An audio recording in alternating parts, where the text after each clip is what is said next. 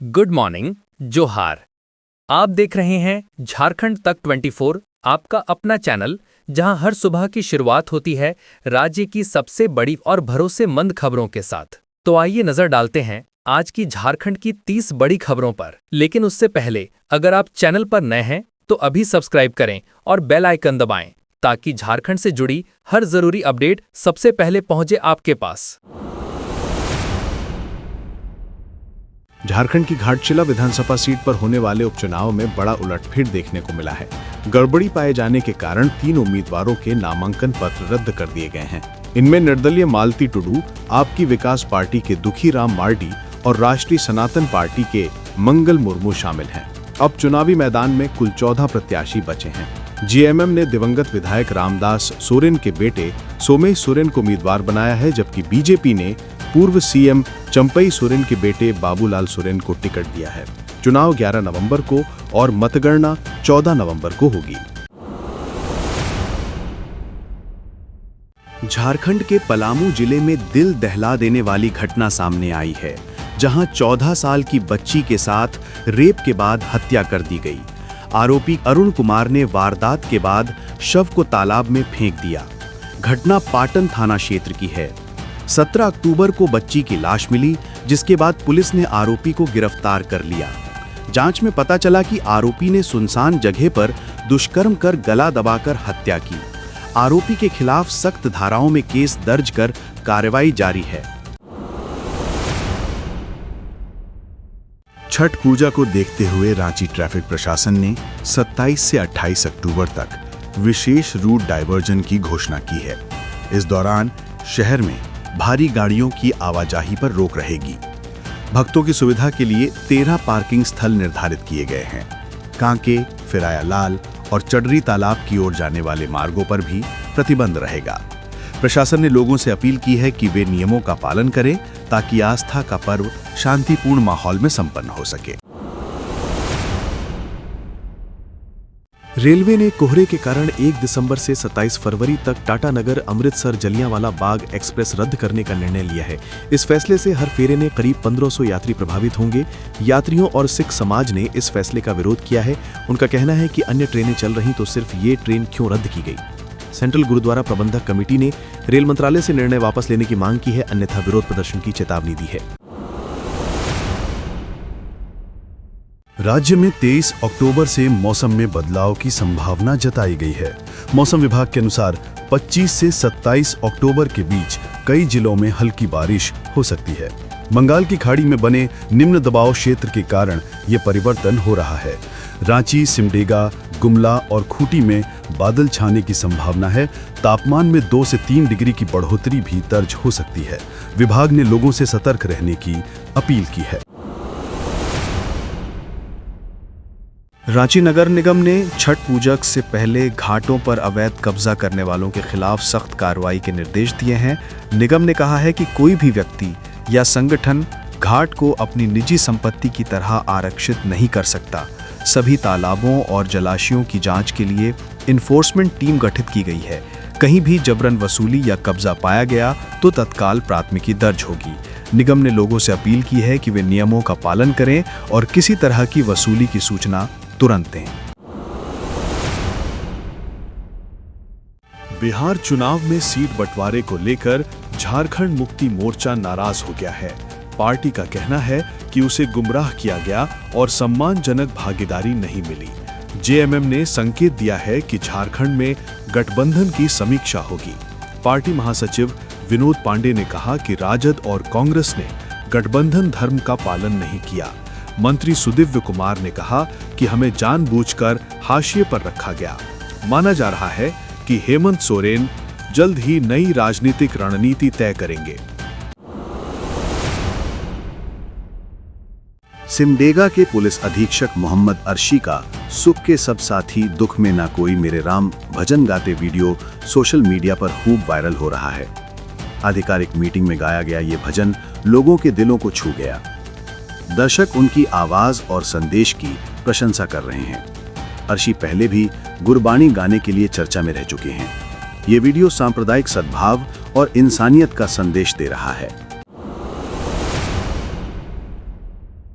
गिरिडीह में छठ पूजा के सामानों की कीमतों में इस बार जबरदस्त बढ़ोतरी देखी जा रही है।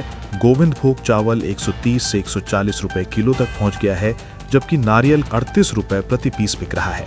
सूप, डालिया और जोड़ा टोकरी जैसे पारंपरिक सामानों की कीमतें भी लगभग दोगुनी हो गई हैं।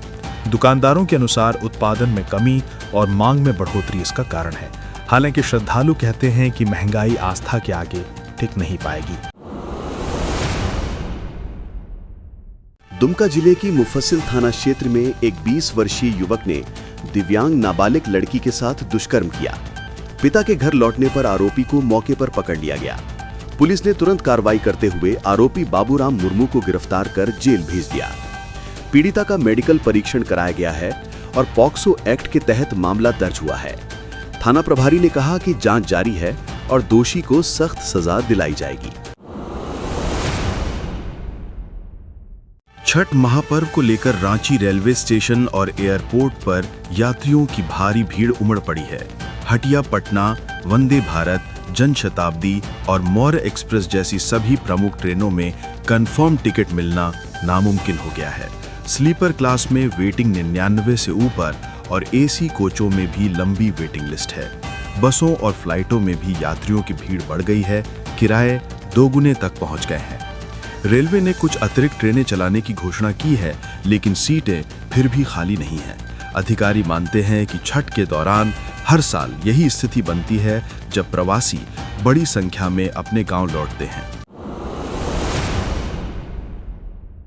रांची पुलिस ने खुलासा किया है कि कुख्यात अपराधी प्रिंस खान और सुजीत सिन्हा ने मिलकर एक संगठित अपराधी गठजोड़ बना लिया है।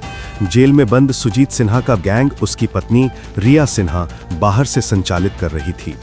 पुलिस ने रिया सिन्हा समेत 5 अपराधियों को गिरफ्तार किया है, जिनके पास से हथियार, कार और मोबाइल बरामद किए गए। पूछताछ में पता चला कि इन गिरोहों को पाकिस्तान से ड्रोन के जरिए हथियार मिलते हैं। ये गिरोह रंगदारी, धमकी और हवाई फायरिंग की घटनाओं में शामिल था। मामला UAPA और आर्म्स एक्ट की कई धाराओं में दर्ज कर लिया गया है। झारखंड में नगर निकाय चुनाव की तैयारी जारी है और मेदिनीनगर नगर निगम इस बार केंद्र में है। यहाँ ओबीसी आबादी 46% से अधिक है, जिसे आरक्षण को लेकर सियासी हलचल बढ़ी है। पूर्व मेयर अरुणा शंकर, पूनम सिंह, मनोज सिंह और कई दिग्गज नेता मैदान में उतरने की तैयारी कर रहे हैं। इलाके की राजनीति पर ओबीसी समाज का खास प्रभाव है। ऐसे में सीट का आरक्षण परिणाम तय कर सकता है। कांग्रेस और आजसू नेताओं ने भी कहा कि आरक्षण तय होते ही समीकरण बदल जाएंगे। निगम क्षेत्र में करीब 1.53 लाख मतदाता और 35 वार्ड हैं, जो चुनाव को निर्णायक बना रहे हैं। पूर्वी टुंडी की पार्वती देवी के जीवन की स्थिति बेहद दयनीय है। 6 साल पहले पति की मौत के बाद वो 3 बच्चों का पालन पोषण अकेले कर रही हैं, जिनमें 2 दिव्यांग हैं। उनके पास न घर है न पर्याप्त आय, फिर भी उन्हें अब तक सरकारी आवास नहीं मिला। पार्वती देवी ने कई बार आवेदन दिया, लेकिन कोई सुनवाई नहीं हुई। स्थानीय लोग और प्रशासन दोनों उनकी स्थिति से वाकिफ हैं। बीडीओ ने आश्वासन दिया है कि अगली आवास योजना में पार्वती देवी को प्राथमिकता दी जाएगी और उन्हें जल्द राशन भी उपलब्ध कराया जाएगा। लातेहार जिले के चंदवा थाना क्षेत्र के बेतर गांव में मंगलवार की रात निर्माणाधीन कॉलेज परिसर में आगजनी की घटना हुई। अज्ञात लोगों ने वहां खड़ी जेसीबी और ट्रैक्टर में आग लगा दी। घटना के पीछे नक्सलियों या अपराधियों का हाथ होने की आशंका जताई जा रही है। पुलिस मौके पर पहुंची, लेकिन आरोपी फरार हो गए। दोनों वाहन पूरी तरह जलकर खाक हो गए। डीएसपी अरविंद कुमार ने कहा कि मामले की जांच की जा रही है और जल्द ही दोषियों को गिरफ्तार किया जाएगा। ये इलाका सुदूरवर्ती और संवेदनशील माना जाता है, जहां पुलिस की निगरानी बढ़ा दी गई है। गिरिडीह जिले के डुमरी थाना क्षेत्र के कुलगो टोल प्लाजा पर एक नाबालिग ने पिस्टल लहराते हुए हवा में फायरिंग कर दी। बताया जा रहा है कि ये विवाद कुछ युवकों के बीच झगड़े के दौरान हुआ। गोली चलने से कोई घायल नहीं हुआ, लेकिन मौके पर भगदड़ मच गई। पुलिस ने तुरंत कार्रवाई करते हुए नाबालिग को पकड़ा और हथियार जब्त किया। जांच में पता चला कि वो पिछले कुछ दिनों से 7.65 mm पिस्टल अपने पास रखे था। पुलिस अब ये पता लगाने में जुटी है कि हथियार कहां से आया। आरोपी नाबालिग को बाल सुधार गृह भेजने की प्रक्रिया चल रही है। भाजपा प्रदेश अध्यक्ष बाबूलाल मरांडी ने राज्य सरकार पर छात्रों के साथ लापरवाही का आरोप लगाया है। उन्होंने कहा कि हजारों विद्यार्थी छात्रवृत्ति न मिलने से एडमिशन नहीं ले पा रहे और कई को परीक्षा से भी रोका जा रहा है। मरांडी ने सोशल मीडिया पर लिखा कि यह युवाओं के सपनों के साथ खिलवाड़ है। उन्होंने कहा कि छात्र अब शिक्षा जारी रखने के लिए कर्ज लेने को मजबूर है, जबकि सरकार केवल वादे कर रही है। उन्होंने सरकार से तुरंत छात्रवृत्ति भुगतान शुरू करने और शिक्षा व्यवस्था में सुधार की मांग की। राज्य निर्वाचन आयोग ने झारखंड के नगर निकाय चुनाव बैलेट पेपर से कराने की तैयारी शुरू कर दी है। ईवीएम की कमी के कारण ये फैसला लिया जा सकता है। चुनाव की तिथि 10 नवंबर को झारखंड हाईकोर्ट में पेश की जाएगी। आयोग को लगभग 30,000 ईवीएम मशीनों की जरूरत है, लेकिन केंद्र से मशीनें नहीं मिल सकी। राज्य में 50 नगर निकायों, जिनमें 9 नगर निगम, 18 नगर परिषद और 22 नगर पंचायत शामिल हैं, में एक साथ चुनाव होंगे। बैलेट पेपर से चुनाव होने पर मतगणना में देरी की संभावना है। कानके रोड स्थित जतरा टांड में आगामी जतरा आयोजन की तैयारियों का निरीक्षण उपायुक्त मंजुनाथ भजंत्री और एसएसपी राकेश रंजन ने किया। अधिकारियों ने सफाई, बिजली, पानी, सुरक्षा और ट्रैफिक व्यवस्था की समीक्षा की। उन्होंने आयोजन समिति को निर्देश दिया कि श्रद्धालुओं को किसी प्रकार की परेशानी ना हो। जतरा के दौरान भीड़ प्रबंधन के लिए विशेष पुलिस बल तैनात किए जाएंगे। बैठक में कई वरिष्ठ अधिकारी मौजूद रहे। प्रशासन ने आयोजन समिति को हर संभव सहयोग का भरोसा दिया। राजद के प्रदेश प्रवक्ता कैलाश यादव ने केंद्र सरकार पर झूठा वादा करने का आरोप लगाया है। उन्होंने कहा कि मोदी सरकार ने छठ पर्व पर 12,000 स्पेशल ट्रेनों का दावा किया था, लेकिन यात्रियों को टिकट नहीं मिल पा रहे। रेलवे स्टेशनों पर अफरा तफरी की स्थिति है और लोग अपने घर नहीं पहुंच पा रहे। यादव ने कहा कि यह सरकार की नाकामी है, जिसने छठ जैसे भावनात्मक पर्व पर प्रवासियों को निराश किया। उन्होंने रेल मंत्रालय से तुरंत अतिरिक्त ट्रेनें चलाने की मांग की है, ताकि लोग सुरक्षित घर लौट सकें। पलामू जिले के पाटन थाना क्षेत्र में 14 वर्षीय नाबालिग की हत्या का पुलिस ने खुलासा कर दिया है। आरोपी अरुण कुमार 21 को गिरफ्तार किया गया है, जो पेशे से मजदूर है। 16 अक्टूबर को युवती लापता हुई थी, जिसके बाद पुलिस जांच में जुटी थी। पूछताछ में आरोपी ने कबूल किया कि उसने युवती के साथ संबंध बनाने की कोशिश की। विरोध करने पर गला दबाकर हत्या कर दी और शव को तालाब में फेंक दिया। पुलिस ने आरोपी की निशानदेही पर मोबाइल, कपड़े और चप्पल बरामद किए हैं। मामले की जानकारी एसडीपीओ मणि भूषण ने प्रेस वार्ता में दी। भाकपा माले और आदिवासी संघर्ष मोर्चा के संयुक्त नेतृत्व में बुढ़मू में कॉमरेड बुधवा उरांव की स्मृति में एक जनमार्च निकाला गया। रैली में पेसा कानून लागू करो, संविधान बचाओ जैसे नारे गूंजे। सभा में जिला सचिव जगमोहन महतो ने कहा कि बुधवा उरांव ने जंगल, जमीन और रोजगार की लड़ाई लड़ी थी। नेताओं ने वन अधिकार कानून लागू करने, संशोधित कानून को रद्द करने और भूमाफियाओं पर कार्रवाई की मांग की। वक्ताओं ने कहा कि कॉरपोरेट लूट और सांप्रदायिकता के खिलाफ जन आंदोलन को और मजबूत किया जाएगा। एनसीबी और सिमडेगा पुलिस ने संयुक्त कार्रवाई कर 3 करोड़ रुपए मूल्य का 441 किलो गांजा जब्त किया है। ये खेप ओडिशा से बिहार विधानसभा चुनाव में उपयोग के लिए भेजी जा रही थी। कार्रवाई कोलीबरा थाना क्षेत्र में NH 143 पर की गई, जहां हरियाणा नंबर की ट्रक से 85 पैकेट गांजा बरामद हुआ। ट्रक चालक को गिरफ्तार कर लिया गया है। अधिकारियों ने बताया कि चुनाव से पहले नशे की सप्लाई रोकने के लिए अभियान चलाया जा रहा है। एनसीबी के जोनल डायरेक्टर और एसपी एम अर्शी ने कहा कि ये नेटवर्क जल्द खत्म किया जाएगा। समस्तीपुर के रामपुर मनियार निवासी मोहम्मद शफीक बीते 6 दिनों से लापता हैं। वे 15 अक्टूबर को रांची से दरभंगा जाने निकले थे, लेकिन धनबाद स्टेशन पर उतरने के बाद से उनका कोई अता पता नहीं है। बताया गया कि शफीक की मानसिक स्थिति ठीक नहीं है। उन्हें आखिरी बार टाटूमारी थाना क्षेत्र के पास पहाड़ी इलाके में देखा गया था। स्थानीय लोगों ने उन्हें खाना खिलाया, लेकिन फिर वे गायब हो गए। परिजनों ने लोगों से अपील की है कि जिसकी भी जानकारी हो वो 9308456883 पर संपर्क करें। साहिबगंज के तीन पहाड़ मालदा रेल मंडल के कल्याणचक स्टेशन पर बड़ा हादसा होते होते टल गया। अज्ञात लोगों ने रेल पटरी के 25-30 पेंड्रोल क्लिप खोल दिए थे। कीमैन ने सूझबूझ दिखाते हुए ट्रेन को रोककर हादसे को टाल दिया।